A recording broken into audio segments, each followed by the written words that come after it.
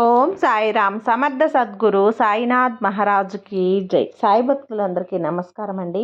మన బాబా గారి దయ వల్ల మనందరం బాగుండాలి, సంతోషంగా ఉండాలి అని చెప్పి మనస్ఫూర్తిగా కోరుకుంటూ ఈ రోజు వీడియో స్టార్ట్ చేస్తున్నాను ఫ్రెండ్స్. ఇక ఈరోజు వీడియోలో మనం చూడబోయేది ఏంటి అంటే, తల్లి, నిన్ను అవమానించిన వారికి నువ్వు సరైన సమాధానం చెప్పు. వీరిని మాత్రం నువ్వు జన్మలో మర్చిపోకు తల్లి. వారు ఎవరు, వారి పేరేంటి అనేది కూడా నేను ఇప్పుడే చెప్తాను. నువ్వు మాత్రం ఒంటరిగా వినమ్మా అని చెప్పి బాబాగారు మన కోసం ఒక మంచి సందేశాన్ని అయితే తీసుకొచ్చేసారండి. ఆ సందేశం ఏంటి, ఆ సందేశం రూపంలో బాబాగారు మనతో ఏం చెప్పబోతున్నారో తెలుసుకునే ముందుగా మన ఛానల్ని కనుక కొత్తగా ఎవరైనా చూస్తూ ఉన్నట్లయితే ప్లీజ్ సబ్స్క్రైబ్ చేసుకోండి ఫ్రెండ్స్. వీడియో నచ్చితే కనుక లైక్ చేయండి, షేర్ చేయండి, కామెంట్ చేయండి, కొంచెం సపోర్ట్ చేయండి. ఇక వీడియోలోకి వెళ్ళబోయే ముందుగా మనకు తెలిసిన గురువుగారండి, షిరిడి సాయిబాబా ఆశీస్సులతో జ్యోతిష్యం చెప్తున్నారు గురూజీ సుబ్రహ్మణ్యం రాజు గారు. నెంబర్ 1 వశీకరణ స్పెషలిస్ట్. వీరి మొబైల్ నెంబర్ 9908224144. ఎలాంటి ప్రాబ్లం ఉన్నా సరే కేవలం ఫోన్ ద్వారా పూజలు చేసి పరిష్కరించేస్తారు. నేరుగా వెళ్లాల్సిన పని లేదు. పర్సనల్గా మీట్ అవ్వాల్సిన అవసరం కూడా లేదు. ఉన్న చోటనే కదలకుండా, మూడో కంటికి తెలియకుండా మీ మొండి సమస్యలను సైతం మీరు పరిష్కరించుకోవచ్చు. ప్రేమ, పెళ్లి, ఉద్యోగం, రాజకీయం, విదేశీ ప్రయాణం, ధనం నిలకడగా లేకపోవటం, భార్యాభర్తల మధ్య గొడవలు, ఆస్తి తగాదాలు, అప్పుల బాధలు, స్త్రీలు పురుషులు ఎటువంటి గుప్త సమస్యలున్నా సరే నెంబర్ 1 వశీకరణ స్పెషలిస్ట్.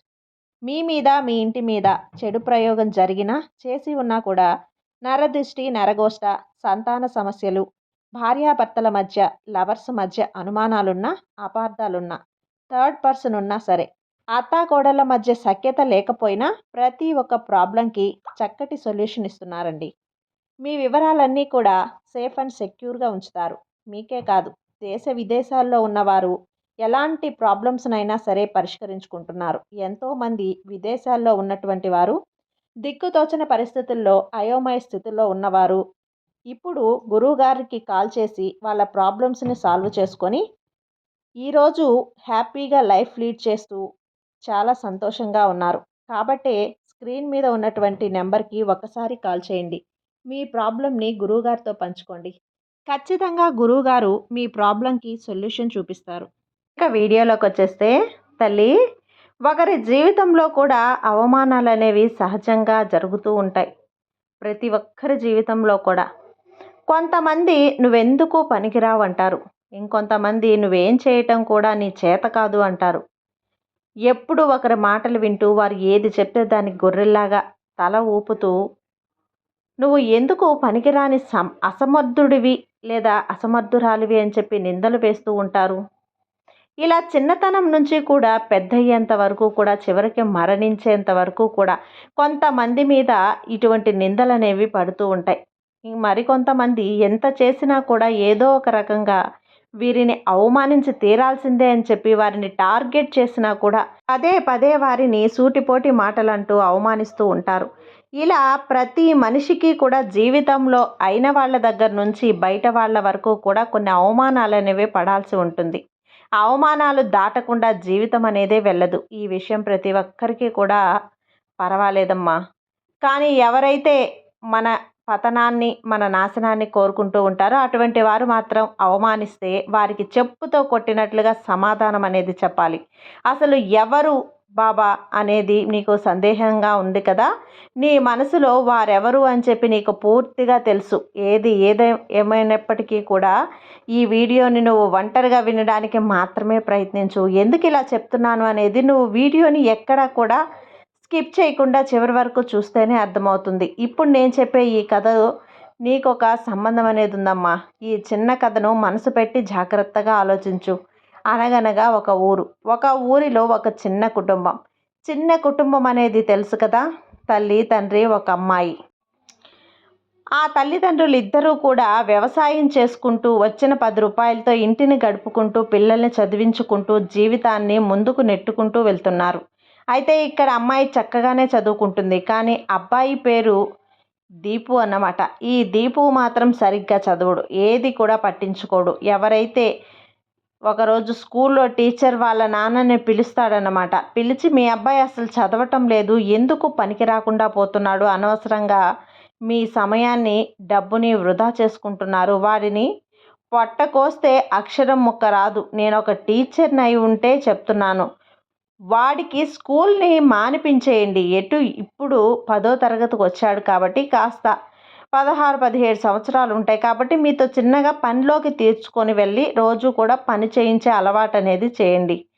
మీది ఎటు కూడా పేద కుటుంబం, కాస్త మీకు కూడా చేదోడు వాదోడుగా ఉంటాడు, మగపిల్లాడు కదా అని చెప్పి సలహాలు ఇస్తారన్నమాట. ఆ టీచర్ కూడా చెప్పేసరికి ఇక వాళ్ళ నాన్న ఏం చేస్తాడు, వాళ్ళ నాన్నకి చేదోడు వాదోడుగా కొంచెం వాళ్ళ ఇంట్లో కొంచెం వాళ్ళకి సహాయంగా ఎప్పుడూ కూడా పనిచేస్తూ ఉంటాడనమాట.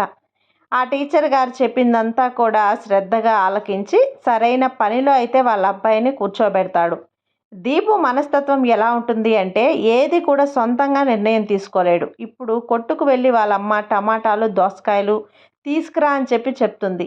ఇక టమాటాలు దోసకాయలు మాత్రమే తెస్తాడు. సరే, వీటితో పాటు అమ్మను కూరలో కరేపాకు వేస్తుంది కదా అని చెప్పి కొంచెం కరేపాకు ఎక్స్ట్రా వేయించుకొని వద్దామనే అని కూడా వాడికి తెలియదు. అంటే చిన్నపిల్లలకైతే తెలియదు, 16, 17 సంవత్సరాలంటే ఏమాత్రమైనా తెలుసుండాలి కదా. కానీ అప్పటికి వాళ్ళ అమ్మ ఇంట్లో అప్పుడప్పుడు చెప్తూనే ఉంటుంది, నాన్న నేను నిన్ను ఎప్పుడన్నా కూరగాయలకి పంపించినప్పుడు కొంచెం కరివేపాకు ఎక్స్ట్రా పెట్టుకుని రా అని చెప్పి చెప్తుంది. అయినా కూడా చెప్పిన రోజు మాత్రమే తెస్తాడు, చెప్పని రోజు మాత్రం చెప్పనంత వరకు కూడా తేడు, చెప్పినంత మాత్రానే తెస్తాడు. అలాగే వాళ్ళ నాన్న పొలం దున్నేటప్పుడు ఇక్కడ విత్తనాలు చల్లు అంటే వాళ్ళ నాన్న ఎక్కడైతే చల్లమంటాడో అక్కడే చల్లుతాడు. అయ్యో పక్కన కొంచెం ప్లేస్ ఉంది కదా, అక్కడ కూడా 4 విత్తనాలు వేస్తే మొలకెత్తుతాయి కదా అని చెప్పి అనుకోడు. ఇలా ఏది కూడా వాళ్ళ అమ్మ నాన్న చెప్పిందే చేస్తాడు. పిల్లోడు బుద్ధిమంతుడే, కానీ సొంత నిర్ణయాలు తీసుకోవటం అనేది రాదు. మనిషి ఎప్పుడైనా కానీ ఎదగాలి అంటే సొంత తెలివితేటలు వాడాలి. తన కాళ్ళ మీద తాను నిలబడగలను అనే నమ్మకం ఉండాలి. ఒకరు ఏదైనా చెప్తే, ఏదైనా చెప్పకపోయినా కూడా నాకంటూ ఒక టాలెంట్ ఉంది, నాలో అంటూ ఒక సత్తా ఉంది అని చెప్పి ఒక ధైర్యం ఆ మనిషికి. కానీ అలా కాకుండా ఎప్పుడూ కూడా వాళ్ళు కూర్చోమంటే కూర్చొని, నిల్చోమంటే నిల్చొని, పడుకోమంటే పడుకొని, ఇలా చేస్తే తెలివితేటలు లేకుండా ప్రవర్తిస్తే మాత్రం ఆ మనిషి అసమర్థుడు కింద లెక్క కదా. అందులో నీ దీపుకి స్నేహితురాలు కూడా ఉన్నారన్నమాట, రాజేష్, రాజు అని చెప్పి వీరికి కూడా స్నేహితులైతే ఉన్నారు. సంధ్య లేదు, చదువు సంధ్య రెండూ లేవంటే వాళ్ళకి ఎడ్యుకేషన్ అనేది లేదు, స్కూల్కి సరిగ్గా వెళ్ళలేదనమాట. దీపు, మనం ఇవాళ ఈ కాలువలో ఈత కొడదాం, కాలువ బాగా మంచిగా ఉంది, కాసేపు దీపు ఈత కొట్టుకొని పక్కనే రాజుగారి మామిడికాయ తోట ఉంది, ఈత కట్టుకొని మరి అక్కడే ఆ రాజుగారి మామిడికాయ తోట ఉంది, అక్కడ మామిడికాయలు ఉన్నాయి, జాంకాయలు ఉన్నాయి, ఇంకా సపోటాలు ఉన్నాయి.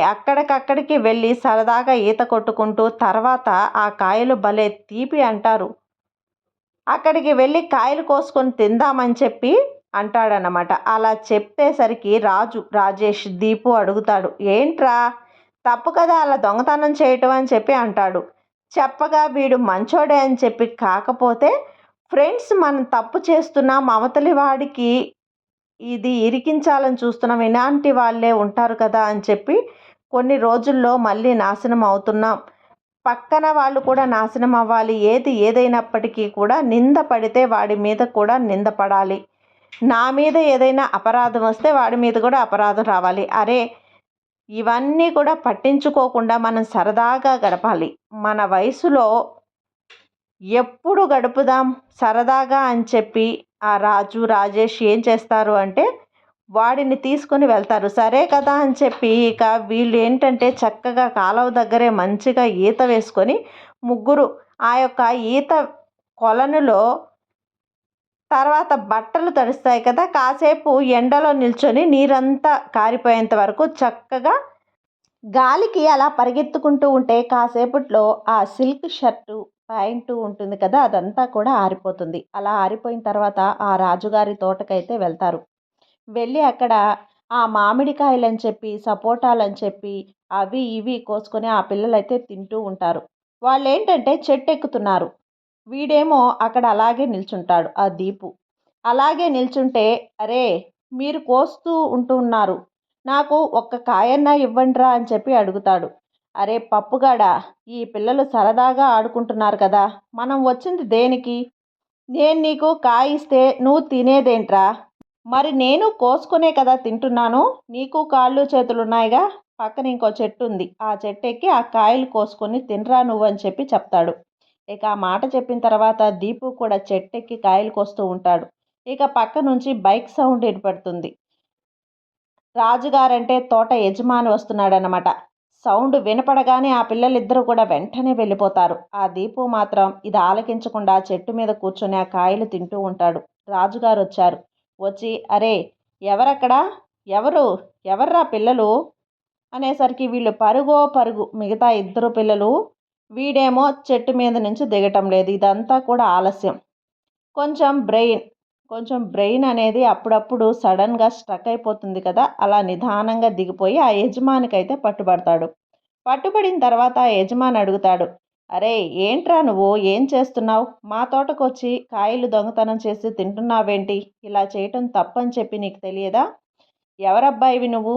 ఊరిలో నాకెక్కడా కనిపించలేదే" అని నిలదీసి అడుగుతాడు. అలా అడిగేసరికి చెప్తాడనమాట. ఇలా ఫలానా వాళ్ళ అబ్బాయిని నేను. అంటే నేను చదువుతున్నాను. నువ్వు అంటే 10వ తరగతి చదివాను అని చెప్పి చెప్తాడు. 10వ తరగతి పరీక్షలు రాయలేదులే కానీ 10లో స్కూల్ మానేశాను కదా! ఆ 10 అని చెప్పి చెప్పుకుంటూ ఉంటాడనమాట దీపు అయితే. ఇలా చేయడం తప్పు కదా! నేను ఇంకెప్పుడు అలా చెయ్యను. నేను రాను అని చెప్పి చెప్తాడు. మా పక్కన ఫ్రెండ్స్ ఉన్నారు కదా! వాళ్ళు నన్ను తీసుకొచ్చి ఇక్కడ ఇరికించారు. మీరొస్తున్నారని చెప్పి వాళ్ళు గమనించి పరిగెత్తుకుంటూ వెళ్ళిపోయారు. నేనేమో గమనించలేదు. "ఒక్క కాయేనండి నేను తిన్నది. ఒక్క కాయేనండి నేను తిన్నది" అని చెప్పి అంటాడు. అలా చెప్పేసరికి ఆ యజమానికి కొంచెం ఆ పిల్లోడి మీద జాలి కలుగుతుంది. "అరే! నువ్వు చూస్తుంటే చాలా మంచివాడిలా ఉన్నావు. నీ బుద్ధి చాలా మంచిగా ఉంది. ఎందుకు ఇటువంటి పనులు చేయడం చెప్పు?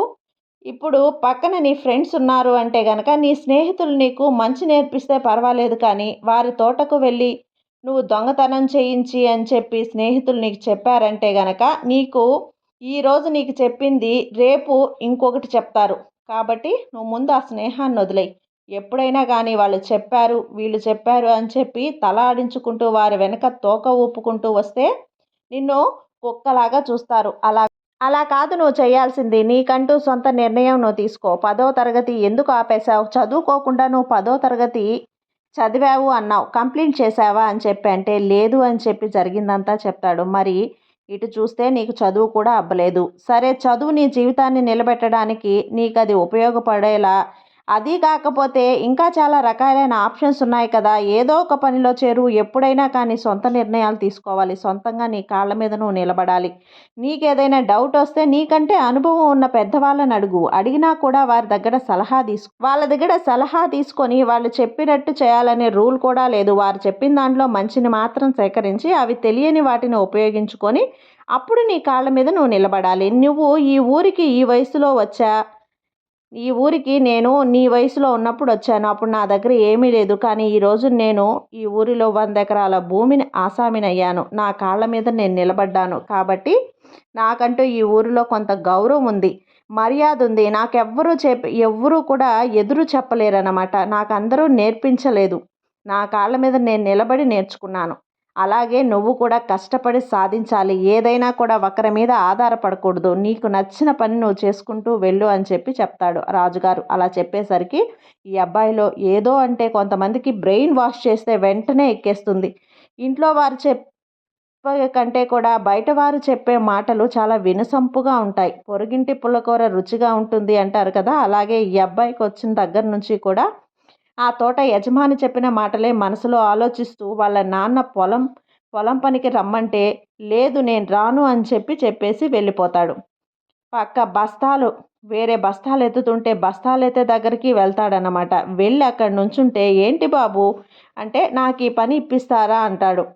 చేస్తాను అంటాడు. అలా 2 బస్తాలు మొయ్యగానే కొంచెం కష్టంగా అనిపిస్తుంది. ఆ పక్కన ఉన్న ఆయన ఇలా మోసి బస్తా సరిగ్గా ఎత్తు ఇది లేపు, ఇది అక్కడ పడేయి అని చెప్పి కొంచెం ర్యాష్గా చెప్పేసరికి ఆ అబ్బాయికి బాధగా అనిపించింది. అక్కడ వాళ్ళ కింద పని చేసినట్లు అవుతుంది కదా, నేను ఇక్కడ చెయ్యను అని చెప్పి అనుకొని తర్వాత వేరే పని దగ్గరికి వెళ్తాడు. ఇంకోసారి కూరగాయలు అమ్మడానికి అని చెప్పి వెళ్తాడు. అది కూడా నచ్చల. ఇంకొక చోట వేరే పని సిమెంట్ బస్తాలు సిమెంట్ కలపడం అక్కడికి కూడా వెళ్తాడు. అది కూడా నచ్చల. ఇక ఆ తర్వాత 4, 5 పనులు చూసి వాటన్నింటినీ కూడా వదిలేస్తాడు. ఇక్కడ ఏదీ నచ్చల. ఆయన యజమాని ఏం చెప్పాడు, తోట యజమాని, నీ యొక్క పుస్తకం నువ్వే రాసుకోవాలి, అందులో హీరోవి నువ్వే అవ్వాలి అని చెప్పి చెప్తాడు. అప్పుడు నా పుస్తకంలో నా గౌరవం తగ్గించుకునే మాటలు నేను ఎలా రాస్తాను? నేను ఒకరి కింద పని చేస్తుంటే వీళ్ళందరూ ఏంటంటే నా గౌరవాన్ని తగ్గించేటట్లుగా మాట్లాడుతున్నారు.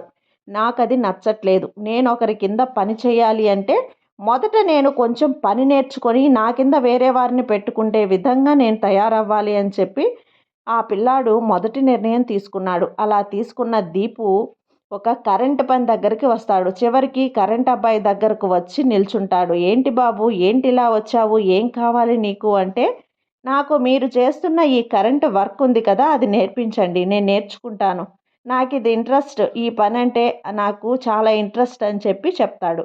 అలా చెప్పేసరికి సరే బాబు, ఒక కుర్రోడు కావలసిన అవసరం ఉంది, నువ్వు ఇంతకీ వచ్చావు కాబట్టి, కాకపోతే నేనైతే నీకు డబ్బులు ఇవ్వలేను, భోజనం పెడతాను, నీకు 2 పూటలా భోజనం పెడతాను, నువ్వు టైంకి వచ్చావు అంటే నీకు అన్ని పనులు నేను నేర్పిస్తాను దగ్గరుండి అని చెప్పి చెప్తాడనమాట.